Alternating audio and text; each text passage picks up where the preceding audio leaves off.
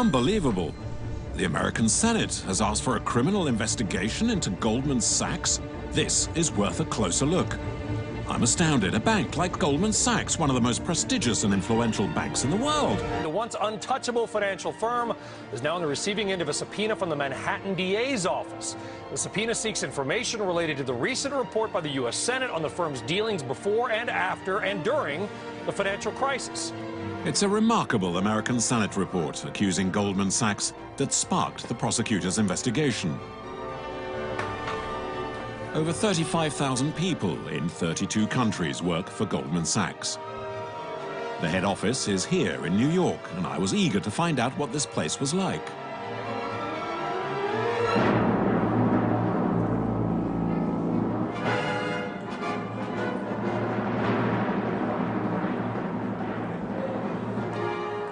No name, no plaque, no sign. It's almost like a secret society. The employees and ex-employees are in fact all sworn to secrecy. Goldman Sachs is officially an investment bank, but what kind of investments? Since 2008, a mass of articles has been published claiming the bank grew richer during the financial crisis. A crisis, it is alleged, Goldman Sachs helped create. They are also accused of betraying their clients and manipulating world trade prices. How much of this is true? Who benefits from these accusations? Is this bank really more powerful than the government? And there have been many books written describing how the bank acquired its immense power over 30 years.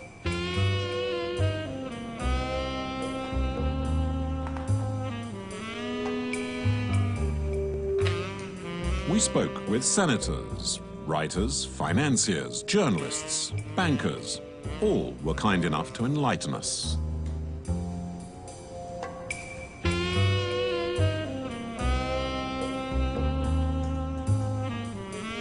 I wrote a letter to the president of Goldman Sachs asking for a meeting. While I wait for an answer, I take a look through the Business Insider's website. There are at least 2 new articles a week about Goldman Sachs on this site. One of the journalists is Katja Wachtel from Australia. I've only ever seen a small photo of her. I hope it'll be enough to recognize her.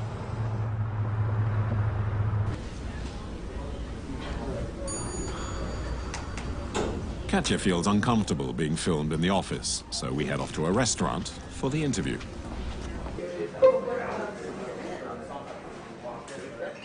How many articles did you write? 50 to 100 articles about Goldman Sachs, and I update them constantly, so it could be more than that, but I think it's about that many. They're the bank that everybody wants to know about. They're the bank that everybody wants to read about. So how come? I think it's because they're the best at the moment, although that's also up for debate. But over the past decade, at least, they have been the #1 bank. And I think that when you're #1, people are interested. There's something about the power. It's sexier. So the man on the street can't understand why Goldman would sell a product and then hedge against it. But if you're in the banking world, if you're in finance, it's totally normal. Just because something is, we feel ethically wrong, or we can't understand why anyone could do that, doesn't mean that within that industry, amongst the people who know, it's common, it's what they do. Goldman Sachs is certainly guilty of something, but I don't believe for a second that they're more guilty than other banks. I think that they're a scapegoat often, and that annoys me because I think that people don't delve into the activities of other banks as much.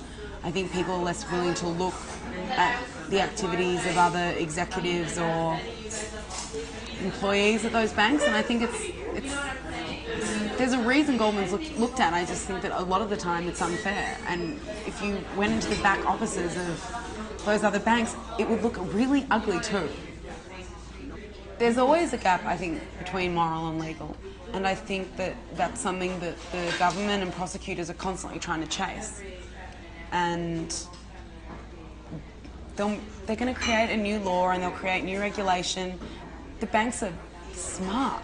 The bankers are incredibly intelligent. They come from the best schools in the country.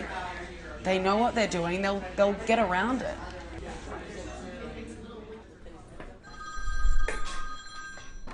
Have you heard anything from Goldman?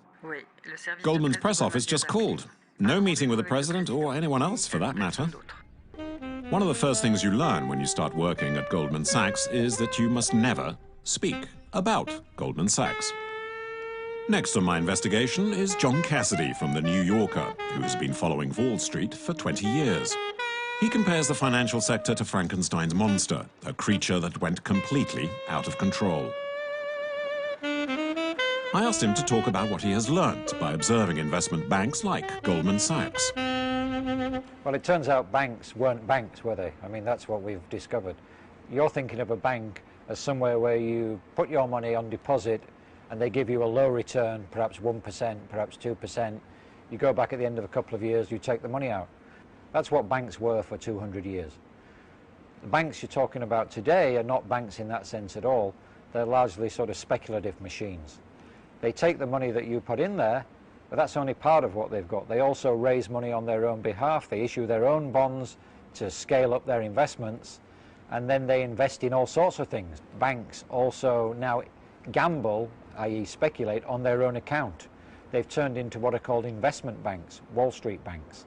So the big French banks, for example, the big German banks, they have a subsidiary inside them, which to all intents and purposes is just the same as Goldman Sachs or Morgan Stanley. It's a Wall Street investment bank stuck inside what is supposed to be an old-fashioned retail bank.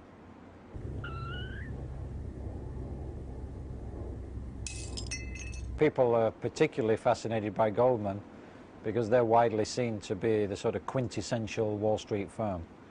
For 10, 20 years they've been seen as the #1 firm. They hire the smartest people. They make the biggest profits, highest returns on equity, as they say on Wall Street. And they also have this incredible record of producing people who go on to higher office.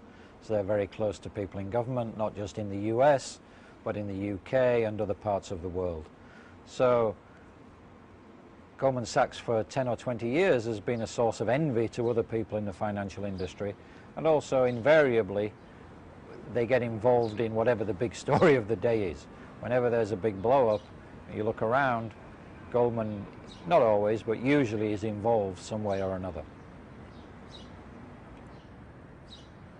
For 80 years, Goldman Sachs has always been behind every significant financial crisis, including arguably the worst so far, the Wall Street crash of 1929, when even Groucho Marx lost all his savings. Today, Goldman stocks millions of tons of aluminium and zinc to raise the prices. According to the Wall Street Journal, Goldman Sachs is advising their clients to bet on the financial collapse of Europe. Hello, any news? Yes, Goldman's press office has advised us to meet with Charles Ellis. He has written a book about Goldman.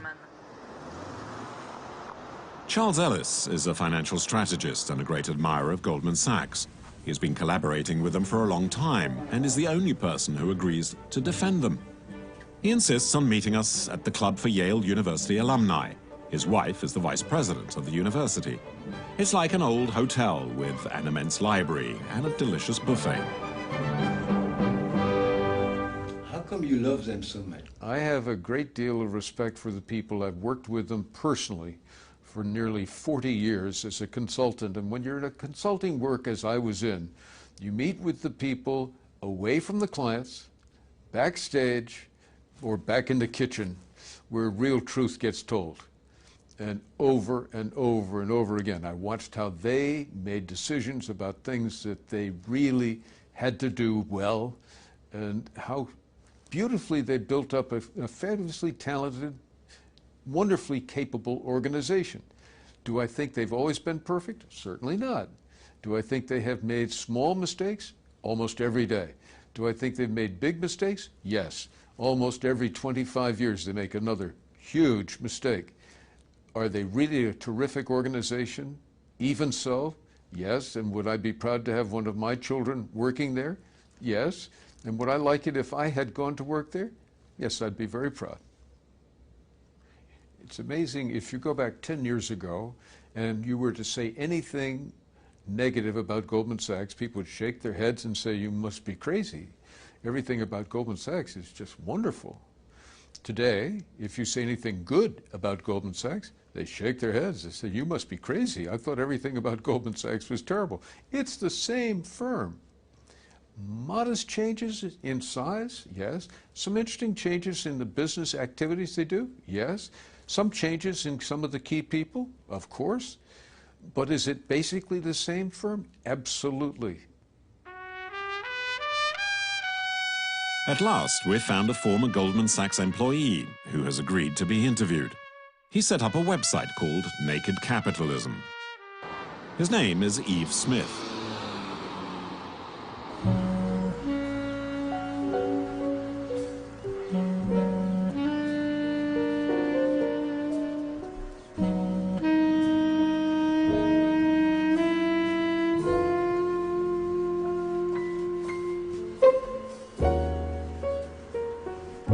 Much to my surprise, it turns out that Yves Smith is, in fact, a woman.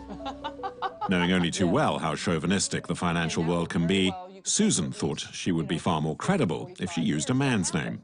The big change in behavior started in the 1980s, although really the foundation was set in 1970. All the firms used to be partnerships. The New York Stock Exchange rules required the firms to be partnerships. And if you're a partnership in the United States, you can lose all your money. In general, corporate America was much more conservative and proper. I mean, even though there was still bad behavior, there was some notion there were limits to the bad behavior. In 1999, there's a revolution. Goldman Sachs is in need of cash and sells itself on the stock exchange in joint stock. Now the managers can no longer be held personally responsible should the bank lose any money. This is the root cause for the change in behavior. At the same time, laws that had forced the banks to act with a minimum of caution are abolished by President Clinton. In the past, people used to say Goldman Sachs was like a wise old owl. Today, it's treated like a vampire. What happened from the 1980s and much more in the 1990s was, first in the 80s, the bond business grew to be much more important, and that continued into the 1990s, and it became much more important and much more profitable. Riskier too, but bigger and more profitable. The second is that the derivatives business grew up, and the derivatives business is very lightly regulated, and that started becoming a very big business in the 1990s. And so these two areas that were very profitable and where the regulations were very low, and suddenly we're making a lot of money, meant that you had traders become more important. And traders are predators. I mean, traders will take whatever they can from somebody else. You know, they operate by a kind of rule of the jungle, that everybody out there is, you know, if somebody is foolish enough to buy something at a bad price, that's their problem. And so you have, as these people become more powerful in the firm, that mentality starts to drive the firm more than it used to. I mean, for example, at Goldman, the traders call the people on the investment banking side socialists because they get paid on a team basis. Everything is backwards. You know, finance is supposed to be about, you know, first thing, it's supposed to be a service business. It's supposed to support industry, and it's supposed to help the economy grow. And therefore, you know, they shouldn't take too much. You know, if they take too much, it's no longer a support, it's more like a parasite. But then now we have the second problem, that it's much more profitable to destroy rather than to make money, if you in the normal fashion. Does Goldman Sachs have any influence of the United States government? I think you'd be crazy to think that they didn't. The question is, how much more influence do they have than other players? There's good reason to think they have quite a lot. I mean, you obviously have all these famous names that have had very prominent government positions. Of course, you've got, you know, Bob Rubin and Hank Paulson being the most famous. Robert Rubin, who was head of Goldman Sachs, became Bill Clinton's finance minister. His successor, Henry Paulson, followed in his footsteps when G.W. Bush became president. In 2008, Henry Paulson organized the biggest bank rescue ever seen. and made sure that Goldman Sachs benefited as much as possible. When Barack Obama is elected, many managers at Goldman Sachs enter the White House and the government. While certain people become guardians of the market, this leaves the task of finding a fox to guard the henhouse. And there's movement in the other direction too, as ministers and prosecutors head to Goldman Sachs. Their banking culture spreads across the whole world. Hundreds of them fill key positions. Mark Carney, the governor of the Bank of Canada. Olusegun Aganga, the Minister of Trade for Nigeria. Ben Broadbent, one of the managers of the Bank of England. They all came from Goldman. As for the new president of the European Central Bank, Mario Draghi, he too is a former vice president of Goldman Sachs Europe. I learn a demonstration is being planned inside one of the Goldman banks. This particular bank is earning serious money, but pays no tax. Follow the road here. Everyone get behind. Charge for your back. The only news crew present is from Russia. The Russians love it when anything goes wrong in America. Why don't you? Good one, huh? People are dying all over America and all over the world because of these financial institutions. They are making billions from the wars. Feed the poor, not the war. That's a great.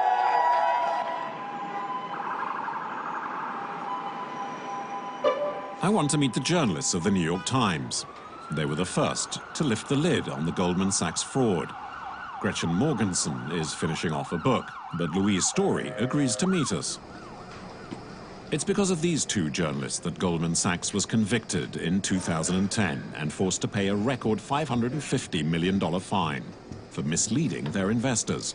Almost immediately, Goldman Sachs saw the value of its stock plummet 15%. How do you feel when Goldman Sachs says that their share might go down because of you and other journalists? Goldman shares do not go down because of journalists or stories or articles. They go down because of things that Goldman does or because of things that the government does. What we do is we tell the stories and we look for the facts. When the financial markets ran into grave trouble, there wasn't enough money for everyone. And what you saw at Goldman, as well as some other banks, is you saw them make some decisions that benefited Goldman but did not benefit their clients. And it occurred in all different sorts of ways. So one way that it occurred was with a hospital in Pittsburgh. And that hospital had bought something called auction rate securities from Goldman. And these are basically short-term investments that are supposed to roll over in auctions all the time. But that market dried up at the beginning of 2008, and Goldman was actually the first bank to pull out, helping it to dry up. But one of its customers was a hospital in Pittsburgh, and that hospital had asked Goldman months before, should we leave this market? And Goldman said to stay. And then when the market dried up, that customer alone was left to bear the loss. At the same time that Goldman was marking down these mortgage bonds, Goldman had its own position, its own negative bet on the mortgage market. Its customers did not know that Goldman was not a neutral broker. The more it marked its customers down, the more that short negative bet benefited Goldman. At the end of 2006, they had a big long position, which means Goldman was betting on the future of the housing market. And in the beginning of 2007, it was very hard to get rid of all of that position. They got rid of a lot, but they could not get rid of all.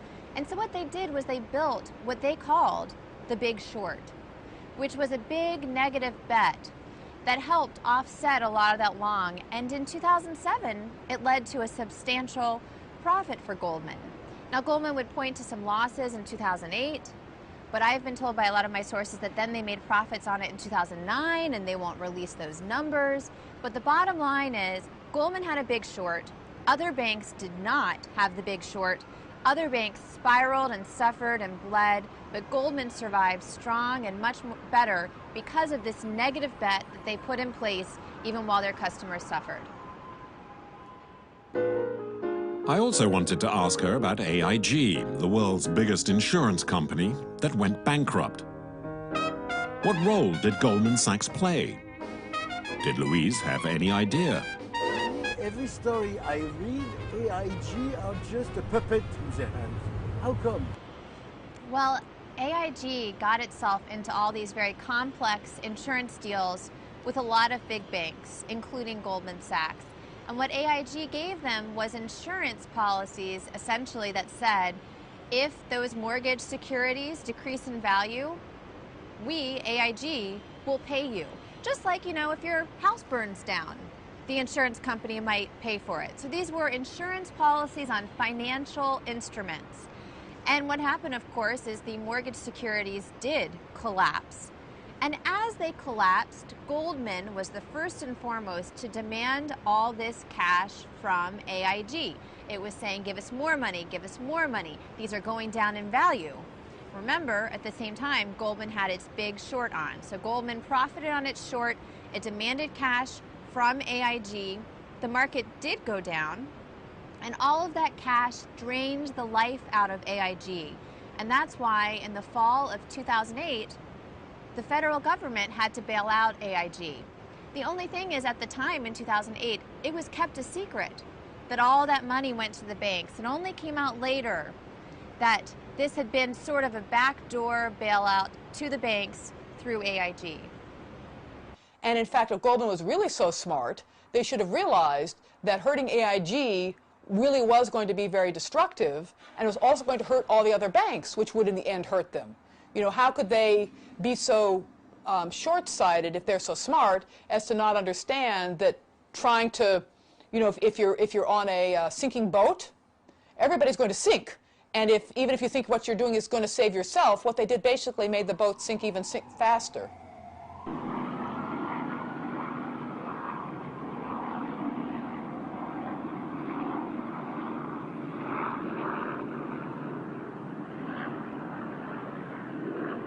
Let's go back to the money wagered on the collapse of the housing market. The scandal was so huge that representatives of Goldman Sachs were summoned to the Senate. Edward Kaufman was part of the commission that publicly interrogated the executives. He is one of the few senators who did not take Goldman Sachs's money to fund his election campaign. He still can't understand why none of the bankers were imprisoned.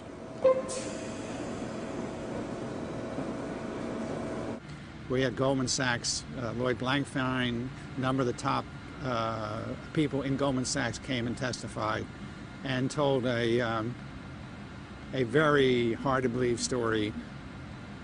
That wasn't an indication you want to get out of that business? When you tell me get out of the business, Senator, I don't know if I don't know what exactly. But you see, it's hard for the American people to believe that people this smart really never kind of decided that this thing was going south in a big way. Senator, I heard your earlier remarks as well. I think we're not that smart. Never once he said Goldman Sachs decided and announced and put together an investment strategy based on the fact that the housing market was failing. If they can be selling an investment to someone and saying this is a great investment, at the same time selling a derivative that will protect them, it's insurance against it. It's like me selling you a car, saying it was great, and as it goes out the door, I'm buying insurance that the car is going to crash because I know the brakes are no good on the car. They haven't put a case together against Goldman Sachs, any more cases, and the fact that not a single person is going to jail is a total complete, frankly, is very, very, very disheartening and discouraging.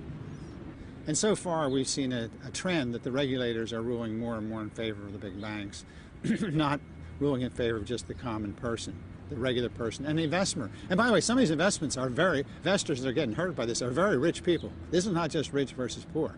Many of the people that are suffering from the high-frequency trading are suffering from the naked short selling, suffering from they cover the whole gamut of investors in the United States. So it isn't just the rich versus the poor. It basically is the big banks versus everybody else.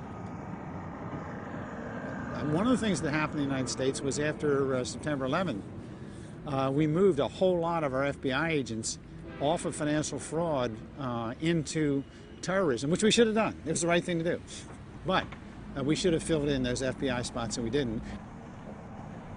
If self-regulation doesn't work, it doesn't work in the financial industry, it doesn't work on the streets. You can't. It doesn't work in sports. Can you imagine in a sporting event if you said, look, you know, the referees are getting in the way. They keep slowing down the game, they're blowing their whistles. What we need to do is we need to get rid of all the referees. Can you imagine what would happen in a football game if, in fact, you put all the referees off the field? I mean, I wouldn't want to be in the middle of that field about 5 minutes into that game. And essentially, that's their argument. The same with the police in the streets. Clearly, what concerns me is that these engineers are putting together machines, computers that operate at such an incredible high rate of speed, and we really have no idea. We have no idea. You hear me? No idea what's going on in these markets because they are trading at such a high rate of speed, and we cannot monitor those speeds. Neither the CFTC nor the Securities Exchange Commission of the United States have the capability to determine what's going on in terms of these high-frequency trading. That is incredibly, incredibly, incredibly dangerous.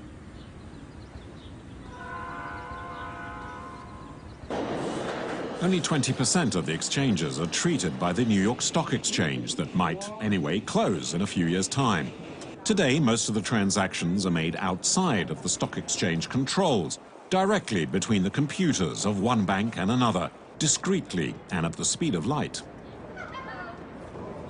And when the price of wheat, of coffee, of soybeans and petrol doubles or triples, it's not because of the fluctuations in demand or supplies of stocks, but because Goldman Sachs and their competitors use rumors they themselves invent to make money on the rise or fall of prices.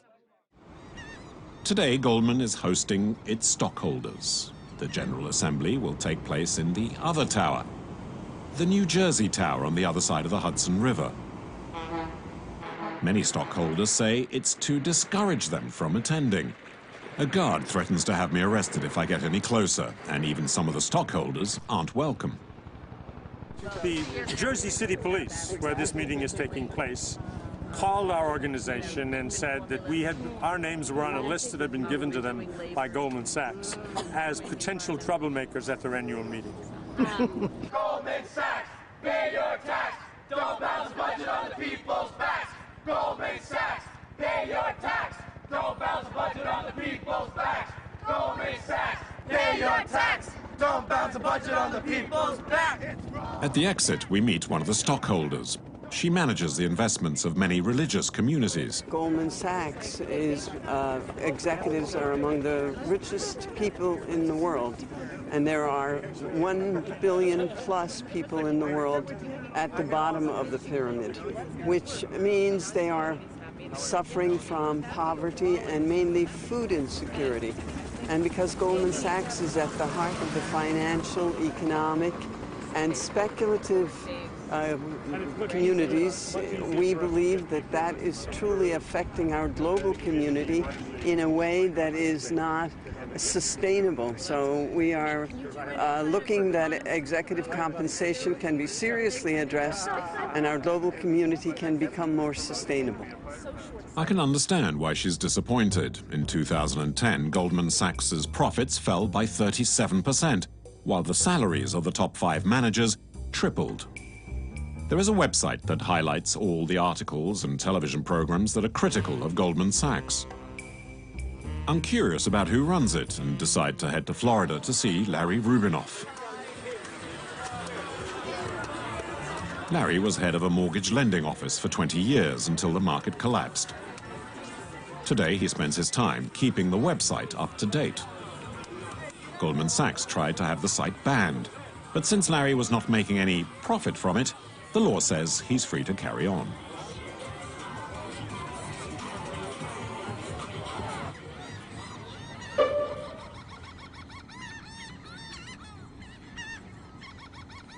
My hair's okay?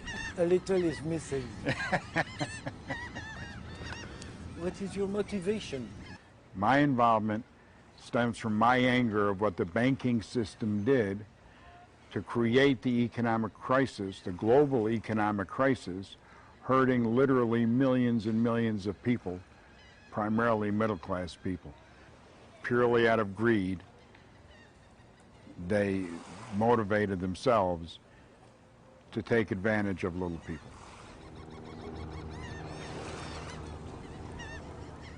Goldman Sachs, did they suffer from this subprime problem? Goldman Sachs didn't suffer at all. Goldman Sachs has had its best years since the mortgage meltdown and since the worldwide economic crisis. Goldman Sachs has come out on top. They knew the mortgages would fail. They never told anyone. They were very instrumental in this crisis that the entire world has gone through. They paid rating agencies to give false ratings on these issues that led investors to believe they were safe. Countries and entire nations, municipalities, unions, they duped everyone. After the very last Wall Street reform, do you expect some benefit? Absolutely none. Business is going on in Wall Street and with the banks as usual. Derivatives are still being sold and traded. Mortgage-backed securities are still being created and sold and traded. We just don't know what ratings are put on them, but they're doing as much now, if not more, than they were before. So I see absolutely no change.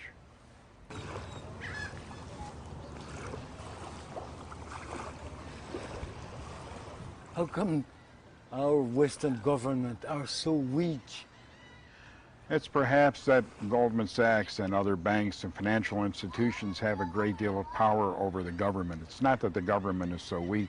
It's possibly that those that control our finances and our money are a little bit stronger. There was a quote by a gentleman that created the concept of the central banking system, what we know here in this country is the Federal Reserve System. His name was Mayer Rothschild. He said, "Let me control the money of a nation, and I care not who makes its laws." If you think about that, it's a very profound statement. If the banks and Goldman Sachs can control all the money, they can pretty much control the governments and the laws within those governments. How come there are not more people revolting? I think people, especially in this country, have a fear. They have a fear of retribution. They become sheep. They're being led to the slaughter, and they don't believe, they truly don't believe in their hearts that they can fight against these institutions.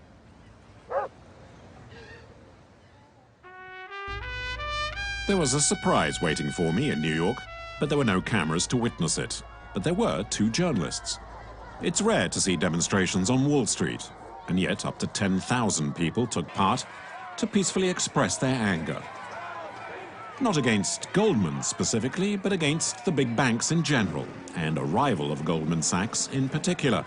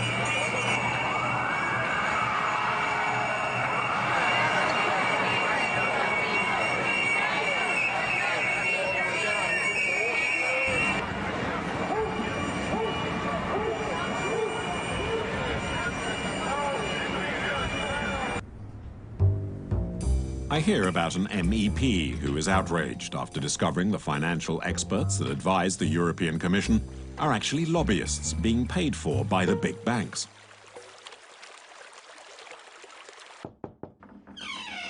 Goldman Sachs does not set out to ensure that the economy functions well, neither do they concern themselves with the development of businesses. On the contrary, they can earn a lot of money when things aren't going so smoothly.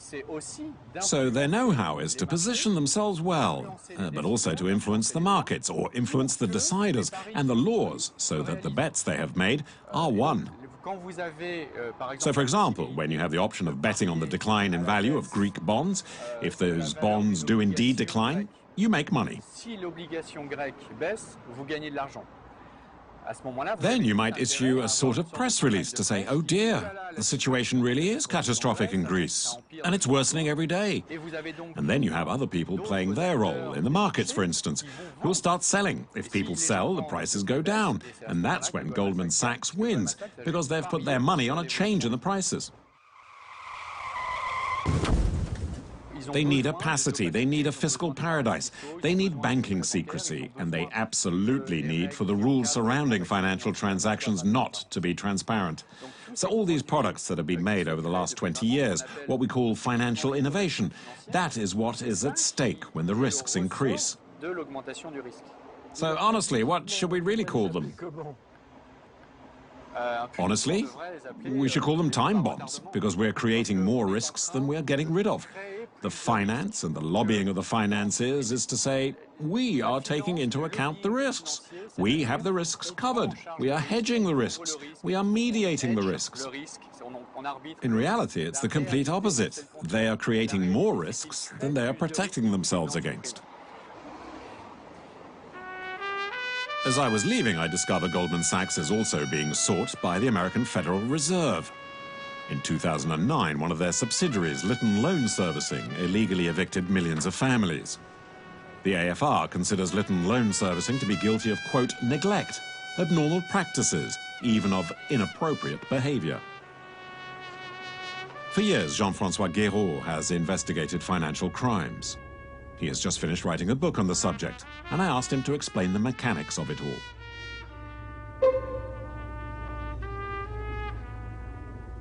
The bankers that distributed these subprime loans, said to be predators or liars, knew only too well that someday or another these loans would literally strangle the more vulnerable members of American society. There is even a phrase that is even more revealing and true to the hideousness and toxicity of these loans. The financiers talked about neutron loans, comparing them to neutron bombs. Now, neutron bombs are designed to destroy people but leave the buildings intact. So these subprimes would someday destroy American households that have been set up to be strangled, but leave the houses themselves intact so they could be brought back by the banks. All of this consciously and voluntarily.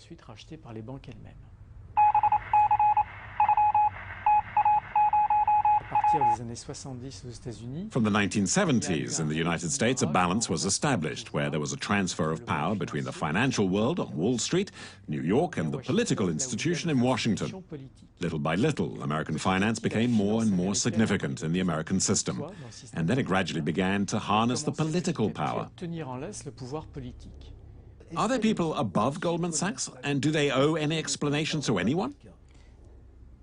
You might believe that impunity causes crime, so we think that impunity is a permanent incentive to commit more crimes.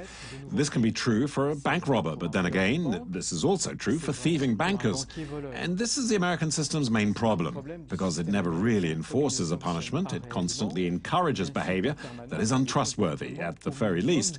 On the other hand, when deregulation is actually put into place dogmatically, and in a fundamentalist way, it does indeed cause crime. In other words, it contributes to the constant incitement to commit fraud and systematically create opportunities for fraud.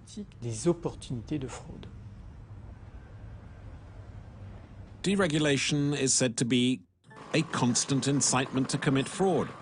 What does a renowned American journalist like Dan Rather think about this?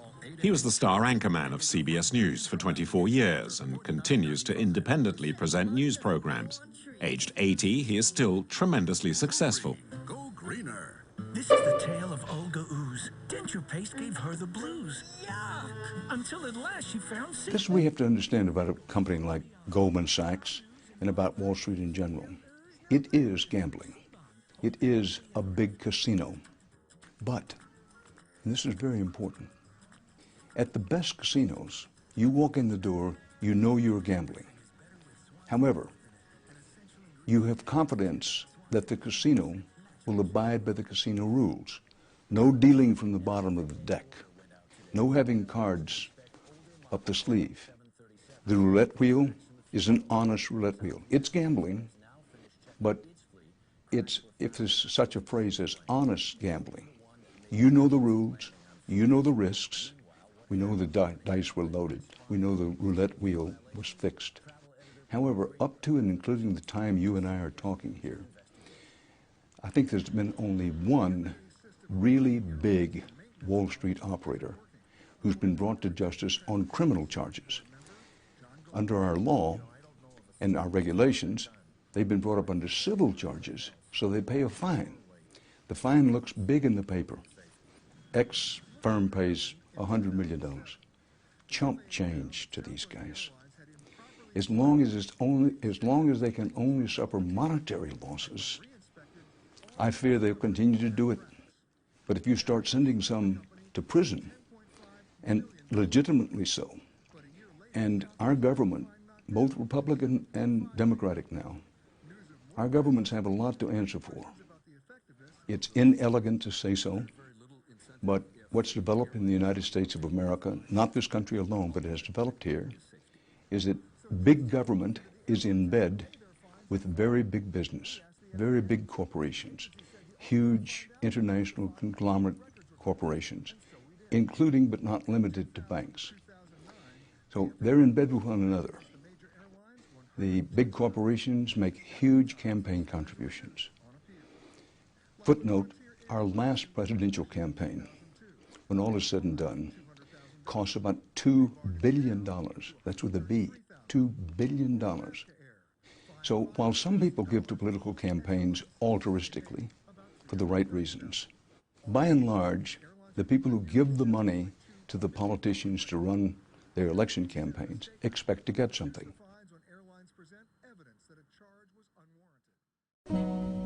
Are they then the masters of the world? No, they are just the best at creating a detonation, powerful enough to cause the system to implode. To evaluate this worldwide danger, I need to find someone who can give an objective point of view. Chris Hedges is a former war correspondent and Pulitzer Prize winner, one of the few American intellectuals to demonstrate against the digressions of the big banks. A few years ago, he even resigned from the New York Times in order to carry out his investigations without restriction. His vision of the world goes way beyond just finance.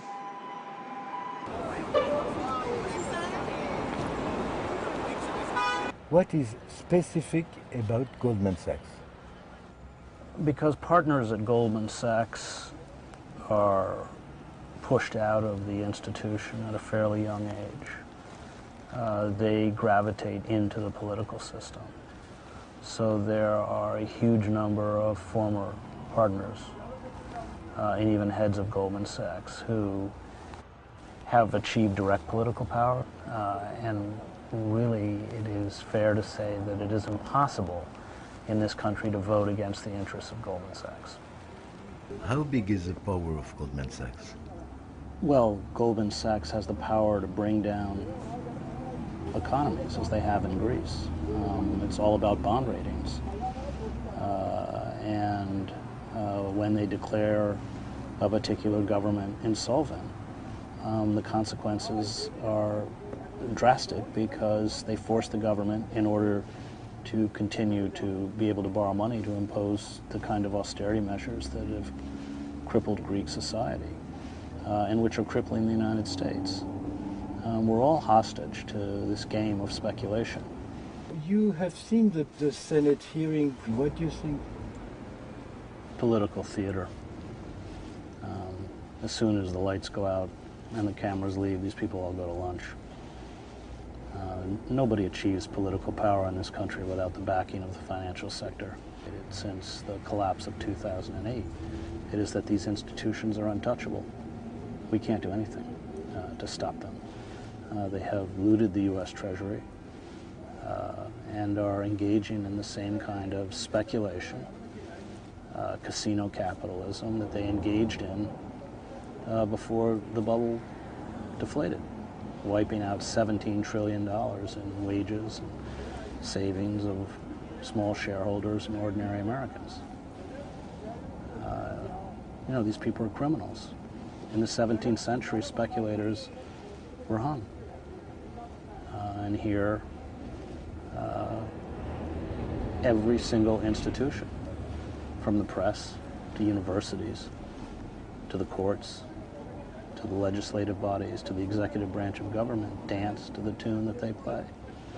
And there's absolutely no way that ordinary citizens can fight back. There is no mechanism within the formal structures of power by which we can fight back. We live not in a democracy, but what the political philosopher Sheldon Wolin calls a system of inverted totalitarianism.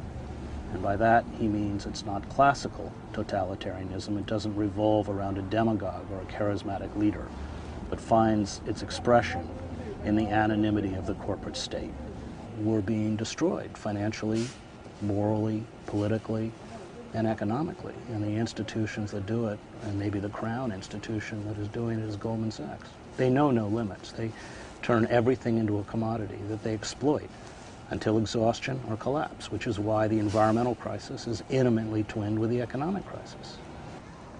The death of the American empire is not a tragedy. It's probably a good thing. It's just how we're dying that is so frightening, because we're lashing out like a wounded animal. And, you know, empires, the tyranny empires impose abroad, they always bring home. They always impose at home. Thucydides and Plutarch wrote about that in ancient Athens. Athenian democracy was slaughtered by the Athenians, and we're doing exactly the same thing. Civilizations from Easter Island to the Ottoman Empire to the collapse of Imperial Russia, they always exhaust their own potential and their own resources.